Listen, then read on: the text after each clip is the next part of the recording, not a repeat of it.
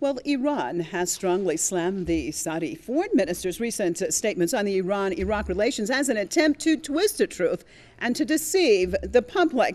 The foreign ministry spokesman said Iranian military advisors are in Iraq on an official request from the government in Baghdad to help the Iraqi army fight terrorists and extremists.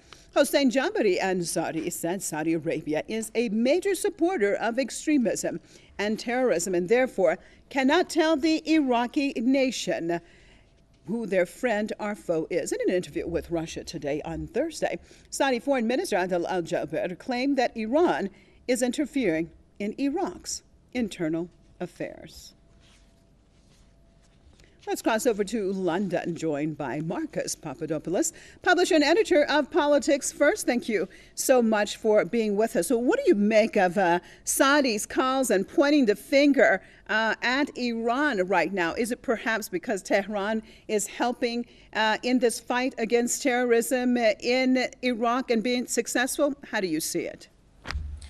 The audacity of Saudi Arabia to accuse Iran of supporting terrorism is quite simply breathtaking. It's astounding. But let me come to Saudi Arabia shortly.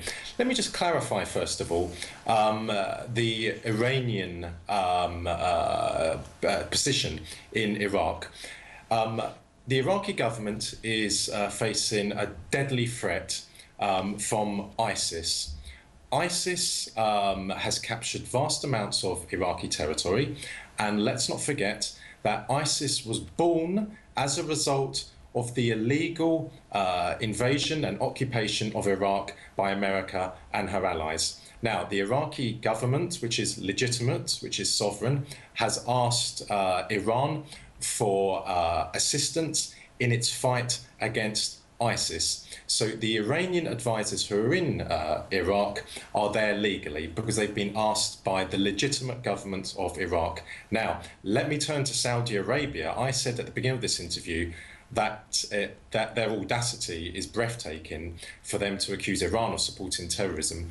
Saudi Arabia is the #1 exporter of religious extremism and religious terrorism to the world.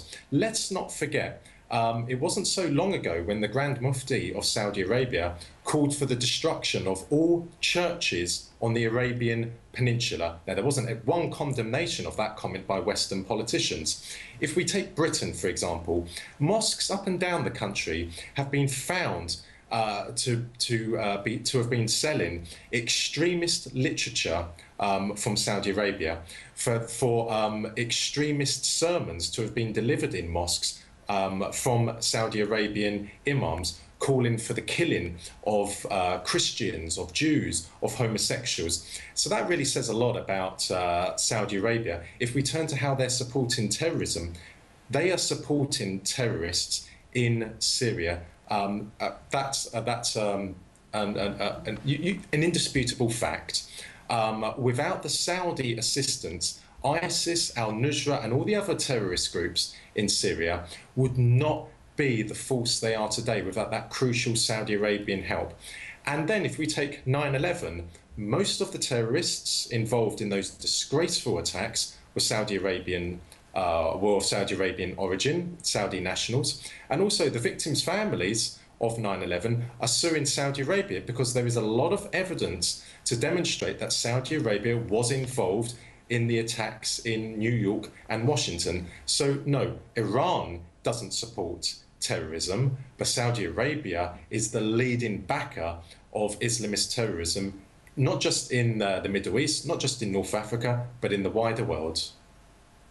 What is it going to take, Mr. Papadopoulos? You've pointed to the Saudis' basically involvement in crimes around the world. Why do we not see an entity like the United States actually putting more pressure on Riyadh, as you just mentioned?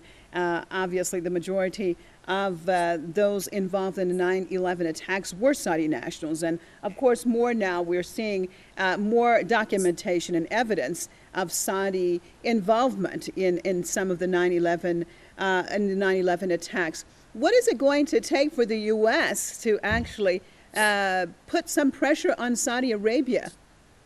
Well, America has a very, very close working and strategic relationship with Saudi Arabia. America is very dependent on Saudi Arabia for oil. Also, the American defense industry sells vast amounts of equipment, military equipment, to Saudi Arabia each year. And in turn, Saudi Arabia makes a lot of money from its oil revenues with its dealings with America. So it's not in the interests of America to highlight the malignant role of Saudi Arabia in global affairs. Because if they start talking openly, if the American government starts talking openly about Saudi involvement in 9/11, for example, then ordinary American people will start challenging the close relationship which their government has with Saudi Arabia, and that could put a lot of pressure on the ties between Washington and Riyadh. So it's not in the interests of America to talk about Saudi Arabia's role in the world.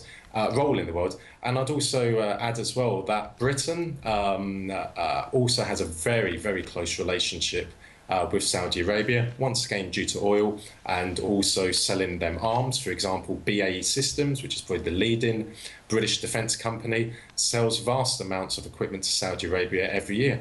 And Britain won't talk about the dangerous role of Saudi Arabia. So we're not likely, so sorry to interrupt you, just about out of time, so we're not likely to see any changes in the way these countries treat Saudi Arabia, nor Saudi Arabia continuing to point the finger at Iran. Is that correct? Absolutely not. All right. Thank you so much for being with us, Marcus Papadopoulos, out of London, publisher and editor of Politics First.